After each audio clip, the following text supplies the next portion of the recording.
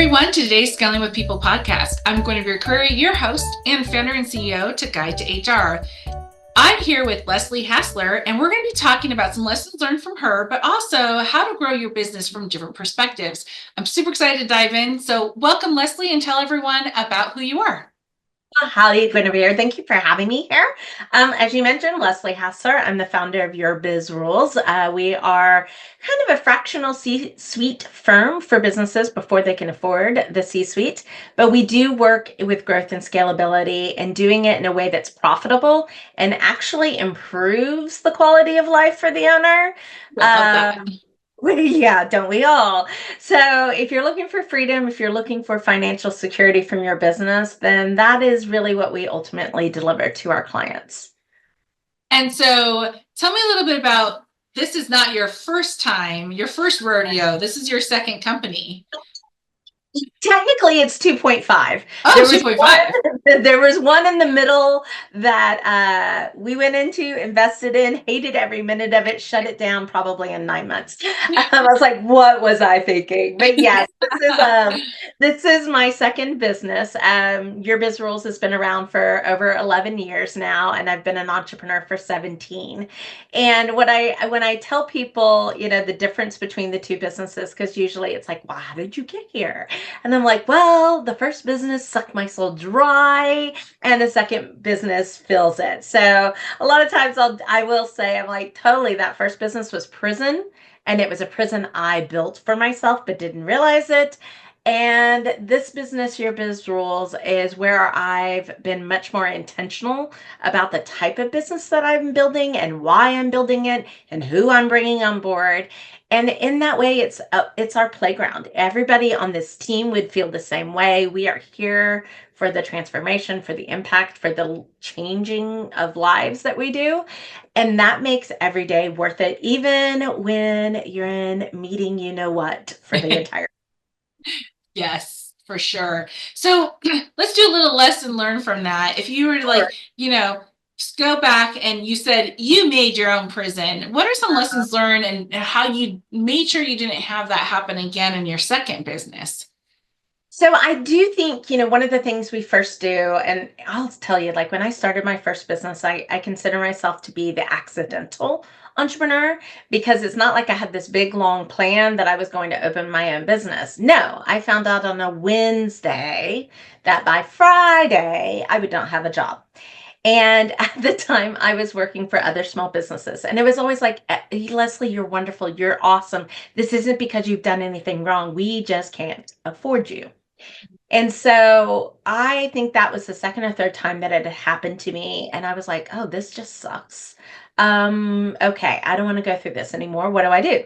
Oh, let's open up our business. So Wednesday, Friday, Monday, I opened up my own business. Wow. And that was in 2007. So, there was a lot of lessons learned, but walking into that business, I knew a couple of things. I knew what I could see of other businesses, and I knew what it was like to have a job. So I built a business based on my perception of what I saw and a whole lot of assumptions. And I basically created a job, not a business. Now, I grew that company. We had, I think at the height, we were probably a team of 6 or 7. So, I had a team. It was still a job. It was a job I hated going to.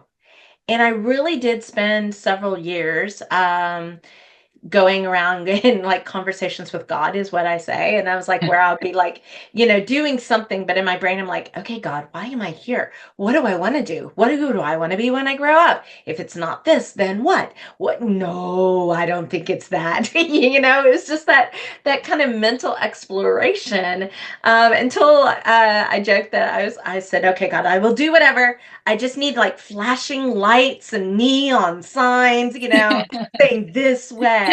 Yeah, doesn't quite work that way, unfortunately, right? Weirdly did, but then I was like, who am I? I totally downplayed it. Ultimately, I got a 2x4 moment. It was like, no, you will go do this. I'm like, fine. And screaming. But honestly, it has been the biggest blessing at the end of the day. I love what we do. I love our team. I love our clients. There's even on the hard weeks and the hard days, because hey, entrepreneurship is not all roses. I still love what I do. I'll still do that. And it's just such a stark difference from my first business where I like got heart palpitations Sunday night because, Monday was coming. Uh-huh. Um, that's not the problem here. I'm energized by Monday. I am always ready and willing to do the next thing that needs to be done for the company to continue to grow. And that I think is a true sign of you're in the right place doing the right thing at the right time. Yeah, it's alignment, right? And this is something we talk about in our upcoming book, Scaling Rich, where the goal and the contrast between the two businesses was I was so far out of alignment with the business in the first version of me, and I'm so in alignment with the business that I have today. And that alignment alone will make a hustle and grind seem unbearable or make it feel inspirational and passionate. Yeah, that is so true. So speaking of growing Yeah. businesses, I know you and I talked a couple of different strategies, and you have a couple strategies for small business growth. Would you care to share with us what they are? Oh goodness, that's a whole big can of wax. Let's just Let's start open where it up. let's just open it up. So I will just start where we always start with our clients, which is the money of the business, because a business should be making money, Plain and right? simple. Have Yep, money, show me the money, right? you don't have a business. In fact, I think it's 8 out of the 10 reasons that a business will fold in the first 5 years. And we know what those rates are. You've heard them before. I'm not going to hammer them out. But 8 out of 10 are always directly attributed to money. So, first off, there's a couple of things I like to say. First off, there's no profit fairy. I know that really Bum, is bum, bum. boom, boom, boom. There's no one who's going to come and say, Guinevere, Guinevere, you've worked hard enough. You've worked long enough. Poof, you have profits. Here's a I big so account wish full that of happened. money. So wish that was possible, right?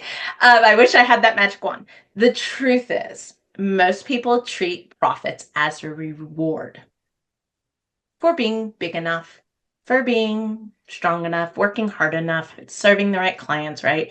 And so, because it's so future cast, you sacrifice everything from here to there. The name of the game, truly, and I will die to my dying day say this, the game is to be as profitable as you can be at the smallest sized business possible. Now, we work with a variety of businesses. You're going to say, well, what is this? it typically you can do it in 5 figures. I'm going to say you can do it in 5 figures, but typically it's right around that 200 to 300,000, maybe as much as 400,000, that a lot of businesses start to see the potential for profitability. But it's going to require you to manage your money in your business very differently than you manage your money in your home, right? And you're going to have to pay taxes. I'm sorry, because taxes are a privilege of profit.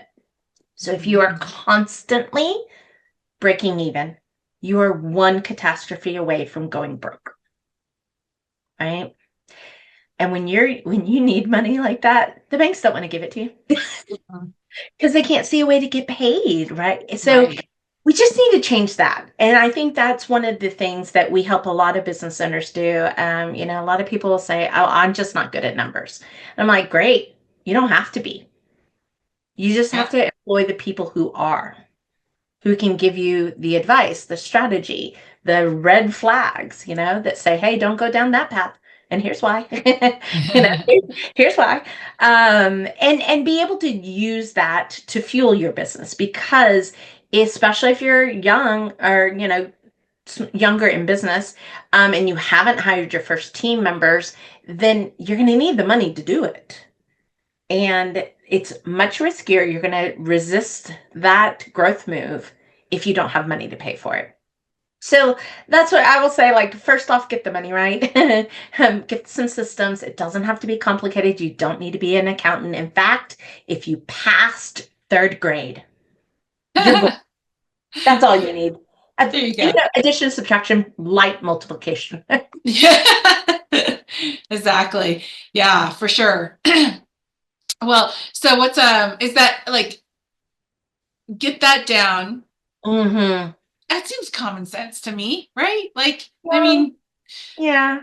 Most people are trying to grow themselves out of a cash problem because they're chasing revenue, right? And what you need to understand is that growth is necessary. It is, so we say like growth and scalability are two partners. They're two dance partners, right? They just take turns leading. So you go through a period of growth, then you go through a period of scalability. And then when scalability is maxed, guess what? You get to go through a period of growth. Most people try to race their way out of growth, right? Just, and I almost like a little, it's like you were expecting a little infant to go from crawling to running a marathon. And I'm like, it doesn't work, right? There's a yeah, sequence of things. Not that everything has to take a long time, but there's a sequence and you can't really skip things. You can do them effectively, efficiently, and productively, but you can't skip. So I think so many people try to grow themselves out of cash problems, not understanding that growth devours cash. Growth. true. You got the saying, right? Is you got to spend money to make money. So are they spending so much money that they're not making enough? I mean, that's part of it, but part of the other part about growth is its foundations. I don't know if you've ever gone through a remodel or have had to have bought an older home. I always typically am buying older homes. There's nothing more frustrating than putting money into insulation Yeah. or Or something AC. behind the wall that you're never gonna see. You're never going to see it, right? And then for all the effort that you put into and the money that you put into that improvement, you don't really get it all back all at once. You get it back daily, monthly, yearly, over time. That's growth. You don't get it all at once. You get it back daily, weekly, yearly, over time.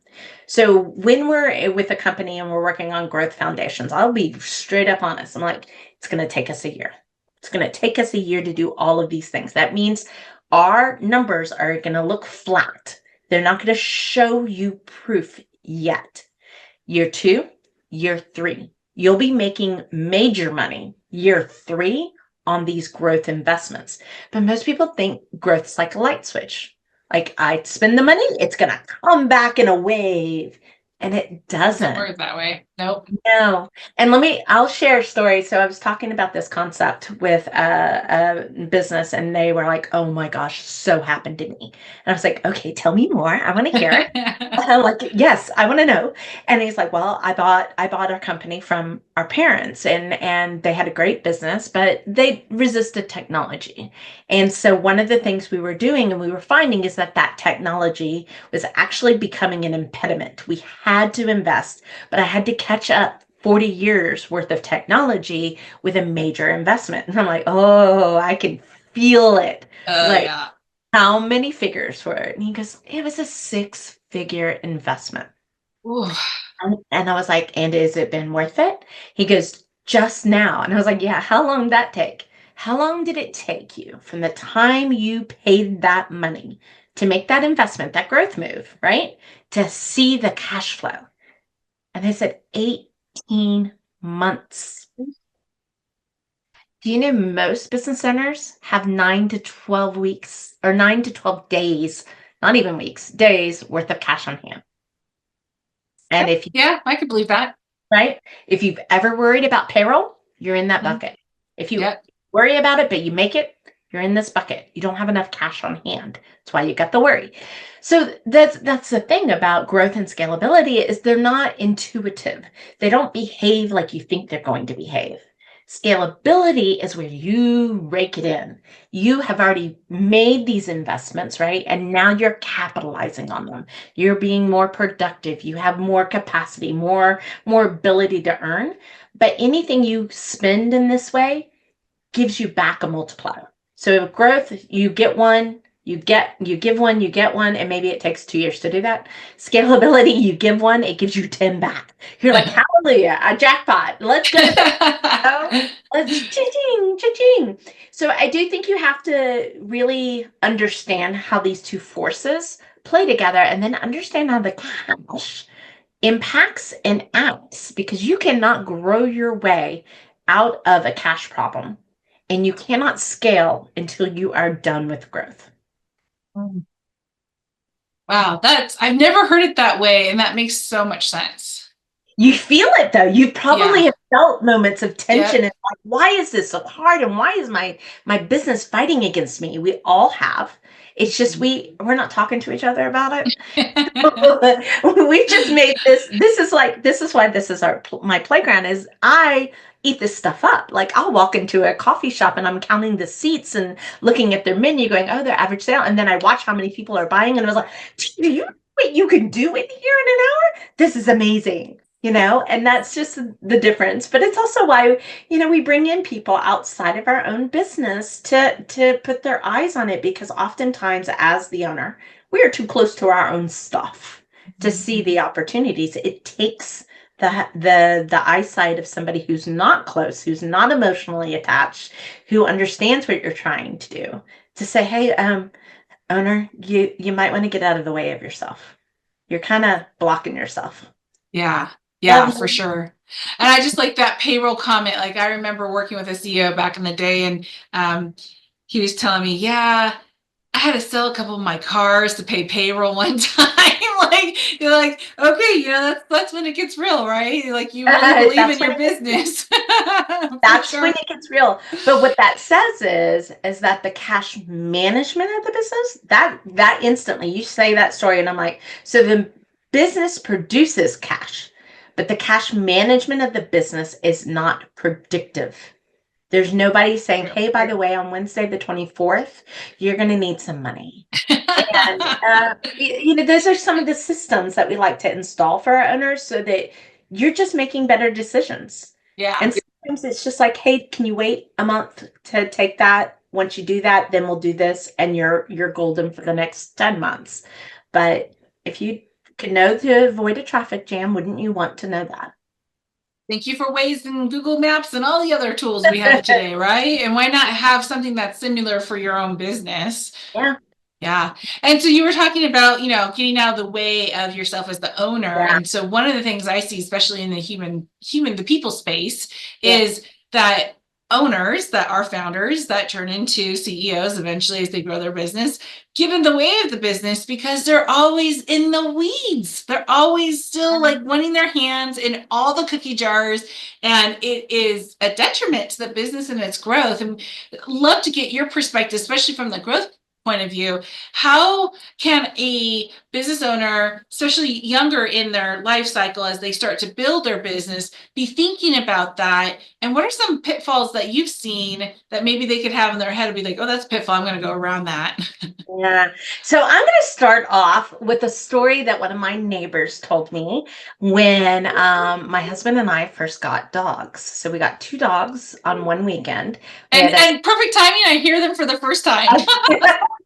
And he's outside. This is a different dog. Yeah, like he's really outside too. So we got a Great Dane and a yellow lab, Bailey and Sophie. And the yellow lab she was 6 weeks old. So you just want to hold this little baby dog and just hold on it. And I remember I had her in my lap. Uh-oh. Sitting here and I was petting on her, and my neighbor Rhonda comes over and she's like, look, I'm not going to tell you how to treat your animals because that's like trying to tell somebody how to raise their kids. She goes, I'm just going to ask a question. And I was like, okay. And she goes, so is what you're doing now what will work when that dog is 150 pounds? And I looked at her, I picked up the dog, I put him on the ground. I was like, no. Just be really careful of the habits you're teaching your dog, because right now they're cute and they're cuddly and they're just a little baby and you just want to, but eventually they're going to get bigger. Think about that. If you think about that story, because that's always stuck with me, and put it to your business. What does what you're doing in your business today look like when you've quadrupled, gone 10 times, go from a team of 10 to 20 to 30? Right? We don't think that far ahead, mostly because we've never been there. And it's really hard Yeah. to imagine where you've never been. But I think for a lot of growth and that you have to think about is that sustainability of whatever it is that you're doing. And building to the business in mind, not the business you necessarily have. So when you're doing that, you've got a further radar, that you can kind of measure some decisions against. So I think that's one reason people stay in the weeds, is because they actually have never seen the forest, so they can only see the trees. And so they're not they don't have a strategic partner just like, hey, by the way, you might want to come to the left. I just want to save you a little heartache, come to the left, it'll be okay. I think the other part of it is twofold. One is that most people, especially early in hiring decisions, are hiring for task, not hiring for a result. And so when you're hiring from a task, you tend to want to manage the task. And so instead of managing the person, we manage the task. And because we're managing the task, it's always yours, right? Then the Yeah. person's coming to you for questions. I don't know what would you do in this situation? Oh, this didn't go right. You fix it. Because truly, they might be the one doing the widget part, but you own the task. Yeah. You've never let it go. So I think that's something that ultimately, if you had the end in mind, if you thought about your business thinking down, you would go, oh, baby, I don't need to do that. In fact, I celebrate the days. I'm like, you'll have a meeting without me. This is fabulous. I love it. Totally. Let me know how I can support you. I'm Yes. happy, right? So I think Or that's when like someone comes to you with a proposal of like, here's what I think would be great if we could do in the improvement, the ROI, here's how we would do it, and here's how we should execute. And I'm just like, praise the Lord, hallelujah, please go and get it done. Like, this is great. make it so. Let me know how Yes. I can support you. You notice what I say a lot. Let me know how I can support you with that. But you Yeah. are, and occasionally I might go, did you think about X, Y, and Z? And they're like, yeah. Or it's like, okay, the timing might not work because of this over here that you had no idea about. But yes, be Yes. prepared. Get this done. We're going forward. And that's, I think, the real joy. But I do think as you're growing your business, one of the challenges that nobody's talking about is all the identity crisis you have as the owner of the business. And I know this and I still go through this. I'm just going to let you know. So I'm preaching to the choir here. But it's when you have hired the people who are more than capable, right?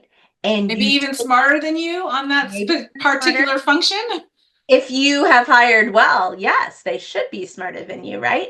I told my team, I was like, I'm getting to the point to where I don't know how to do this. And they're like, this is lovely. I was like, y'all are going to have to stop asking me because I don't know. You know more than I do at this point in time. So yay, we made it. This is so exciting. But it's still like every evolution of you as the owner, as the leader of the business requires you to let go. And if you're letting go of the work, it's challenging because we have been taught, especially in our Western society, that our value is tied to getting things done. And I was like, I'll have clients that are like, if you are addicted to scratching things off your list, if you love the adrenaline rush of a good check mark, Oh, yes. you know I'm talking to you, I know right? what you're talking about. But I'm talking to a lot of people out there because it's not just us, it's not even just women, it's everyone, right? Mhm. And until you understand that your role in the business is evolving from the one that does the work to the one that ensures it gets done, and that you eventually and as deliberately and intentionally are stepping into new levels of leadership, which are challenging. They cause you to peel back the onions, the layer in the onions, right? To be able to do this. But it is that identity crisis that you go through, and you go through it with your first employee. You'll go through it when you no longer are the one servicing your clients. You'll go through it again. Like it's just when you're not actively, if you've built your business to not actively need to be the driver of the business, you'll go through it again. And guess what? If you're going to transition to your next generation or sell your business, you're going to go through it again. It is just almost predictable like clockwork. And I would even say leaders, no matter if you're a business owner or not, if there's leaders listening, you go through this as well. When you go from a director to VP, when VP to C-level, like this is definitely a transition that you go through as well at that level. Yeah. Yeah, it's real, but we don't talk about it too much, right? And so it takes us aback, takes us off kilter a little bit.